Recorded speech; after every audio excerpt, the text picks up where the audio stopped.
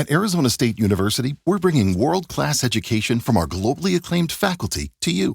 Ranked #1 in innovation for 10 consecutive years and #2 among public universities for employability, ASU isn't just ahead of the curve, it's creating new paths to success. Earn your degree from the nation's most innovative university. Online, that's a degree better. Explore more than 300 undergraduate, graduate, and certificate programs at asuonline.asu.edu.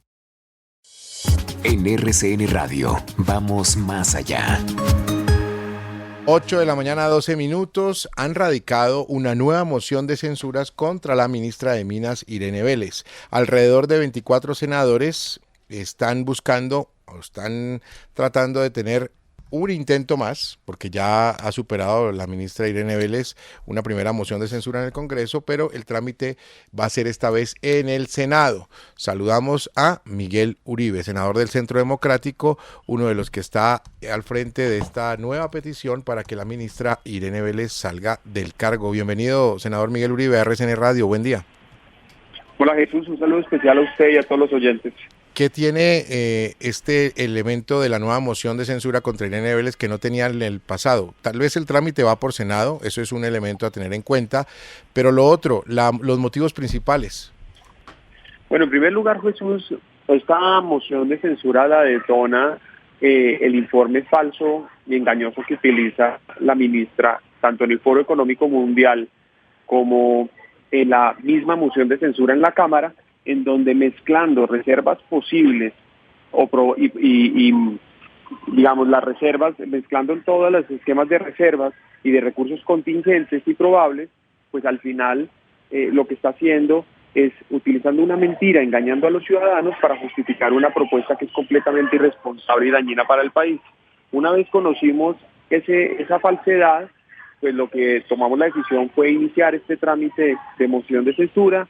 En ese momento lancé la iniciativa, invité a senadores de todos los partidos, un poco también planteando esto como una iniciativa de país, no como una respuesta política, y pues logramos llegar a 24 firmas de varios partidos. Tenemos evidentemente la mayoría del Partido Centro Democrático, Cambio Radical, pero tenemos también, por ejemplo, a J.P. Hernández del Partido Verde, a Mauricio Giraldo del Partido Conservador, Lorena Ríos de Colombia Justa Libre. Así que otro elemento adicional es que este también es un esfuerzo de diferentes partidos.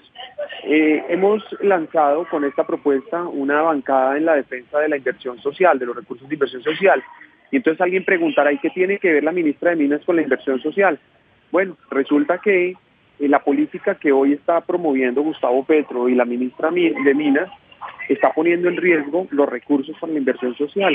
El petróleo, el gas y el carbón en Colombia representan el 55% de las exportaciones, el 26% de la inversión directa extranjera, representa el 7% del PIB, representa el 14.6% de los ingresos del Estado, pero además, solo en el 2023, por cuenta del petróleo, el gobierno va a recibir 50 billones de pesos, más de 2 reformas tributarias del año pasado. Así que el punto central, Jesús, es que estamos preocupados porque la posición de la ministra va a comprometer la sostenibilidad fiscal, es decir, la economía colombiana, va a generar incertidumbre como ya lo ha hecho, y por el otro lado, pues es evidente que la ministra no tiene la capacidad, no tiene la experiencia, no tiene el conocimiento, y no en vano también celebro que el Consejo de Estado admitió la demanda que puse o la acción de nulidad simple que puse contra el cambio de manual de funciones de la ministra, donde de manera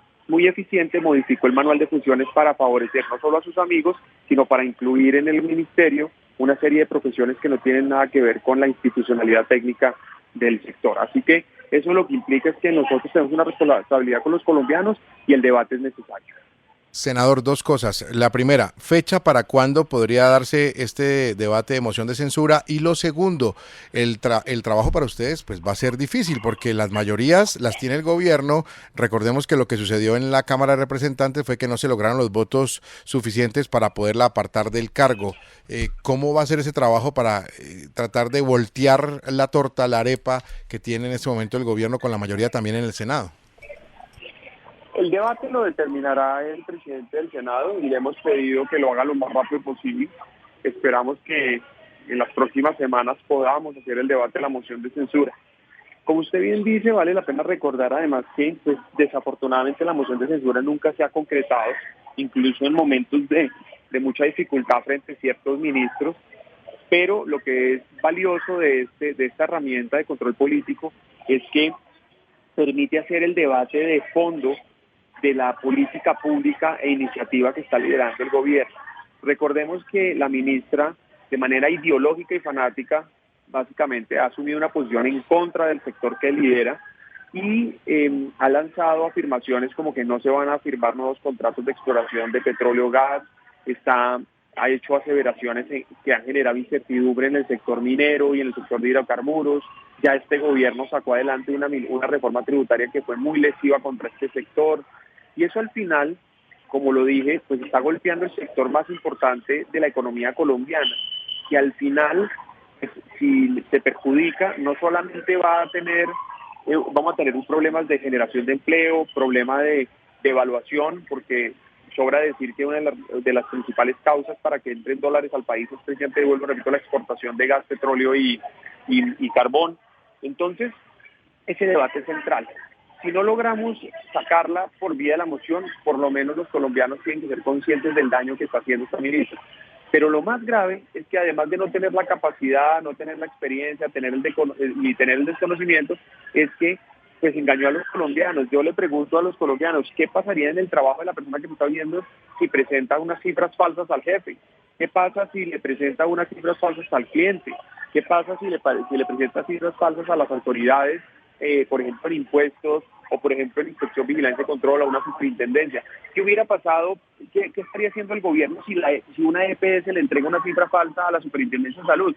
Seguro sería un escándalo infinito, pero en este caso es como si tuviéramos que aceptar que la ministra puede hacer lo que quiera y nosotros tenemos que aceptarlo. Entonces lo importante es el debate, pero tengo el pleno convencimiento de que hay una posibilidad de que ganemos esta moción. Como le digo, elementos importantes: 24 senadores de diferentes partidos, casi un cuarto del Senado firmó la moción, y sé que muchos senadores están preocupados por la política de la ministra. Entre otras cosas, hay que recordar que buena parte de los departamentos en Colombia tienen la posibilidad de invertir socialmente gracias a las regalías que vienen del petróleo, gas y carbón.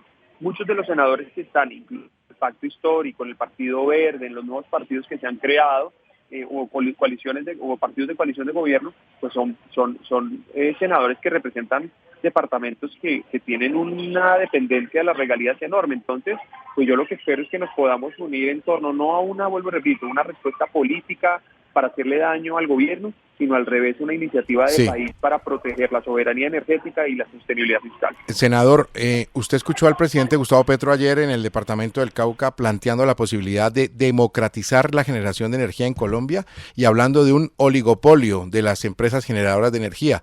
¿Qué opinión le merece? ¿Hasta dónde tendrá o cuál será el alcance de lo que quiso decir el presidente Petro con democratizar la generación de energía en Colombia?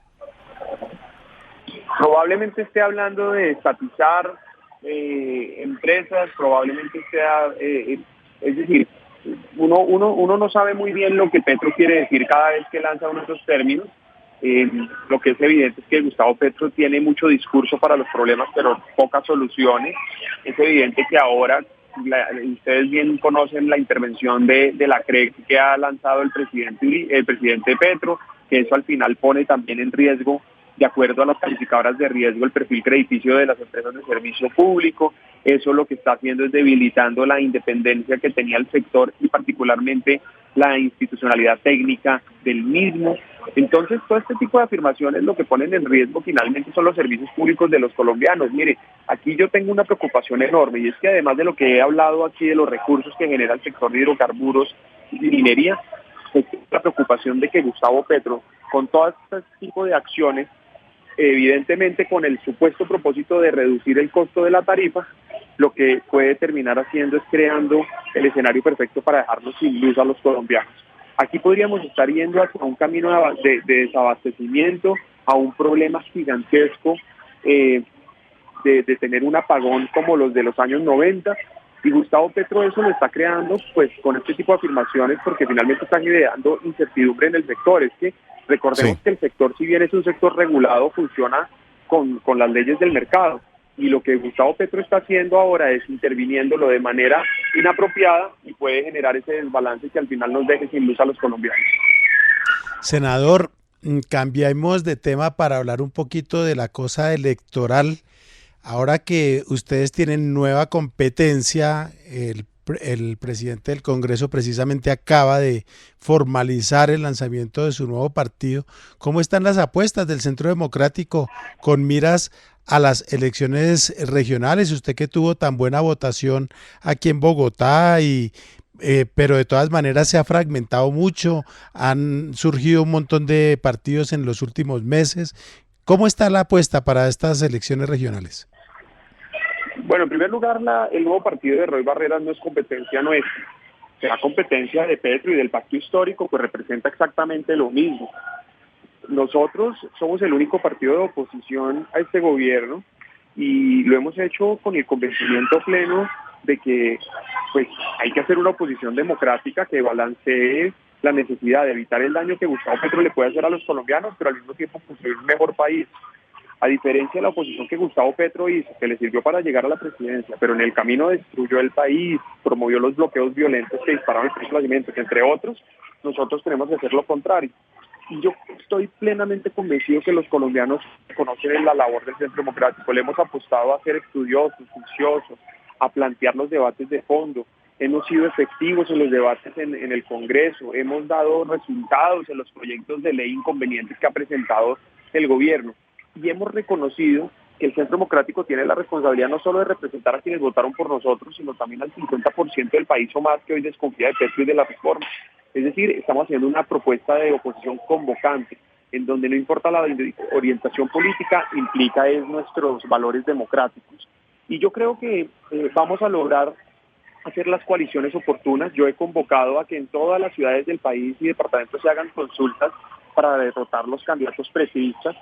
Es evidente que lo que aquí hay que derrotar no es a la persona de Gustavo Petro exclusivamente, sino una agenda de un gobierno populista, autoritario, que le da segundas oportunidades a los victimarios y no a la gente trabajadora, un gobierno que finalmente no es capaz de ofrecer soluciones. Y es ese tipo de gobiernos que tenemos que derrotar. En Bogotá, Claudia López, Daniel Quintero en Medellín, a Jorge Iván Ospina en Cali, entre otros.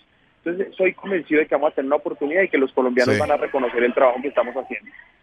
Senador, ¿usted cómo ve? Es que lo ve a usted mucho más bélico con el gobierno que al propio expresidente Álvaro Uribe, que ha tenido bastante moderación y ha estado muy tranquilo en las observaciones al gobierno nacional. Incluso cercano, ¿no? Porque se ha reunido ya en dos ocasiones, tres veces con el presidente Petro. ¿Cómo ve usted esa relación del presidente Uribe con el presidente Petro? Bueno, en primer lugar tendría que decir que yo no siento que yo tenga una posición bélica contra el presidente, ¿no? Lo último que tendría yo es una posición bélica contra él o contra cualquier persona. Lo que yo soy es firme y coherente y evidentemente he sido firme en la oposición a Gustavo Petro. Pero como lo mencionaba en la respuesta anterior, con la apuesta de pensar primero en Colombia, mi interés no es hacerle daño a Petro, es construir un mejor país. Y por eso le he apostado precisamente a la oposición que estamos haciendo en el Centro Democrático en su mayoría, y también evidentemente con el presidente Uribe, y hacer una oposición que nos permita dialogar con el presidente Petro. Es que yo también estuve en una de esas reuniones. Ustedes recordarán que en el momento de hablar de la reforma tributaria fuimos con Oscar Darío Pérez y el presidente Uribe, porque éramos los ponentes de la reforma tributaria planteando todas las preocupaciones. Entonces yo lo que diría es que la posición mía es completamente firme y coherente, pero siempre pensando primero en Colombia. Lo segundo es que el presidente Uribe está dando una lección, entre otras cosas, no solo a quienes hoy gobiernan, sino a todos los demás sectores políticos. Y es la necesidad de tener una posición estadista, ¿no? Pensando en el país. El presidente Uribe entiende que el mayor riesgo de Gustavo Petro es la violación de la institucionalidad, de la democracia, de la Constitución. Y es evidente que nosotros como oposición no podemos empujar a Gustavo Petro para que su única salida sea la violación de la Constitución, que sea la destrucción de la institucionalidad. Entonces lo que yo creo es que la posición del presidente Uribe es una posición responsable, y yo la llamaría, como usted, y me gusta la palabra que usted usó, moderada, en el sentido que es completamente firme, pero también entendiendo la responsabilidad que tenemos desde la oposición. Miguel Uribe, senador del Centro Democrático, gracias por estos minutos con RCN Radio. Buen día para usted. A ustedes, un saludo especial, gracias.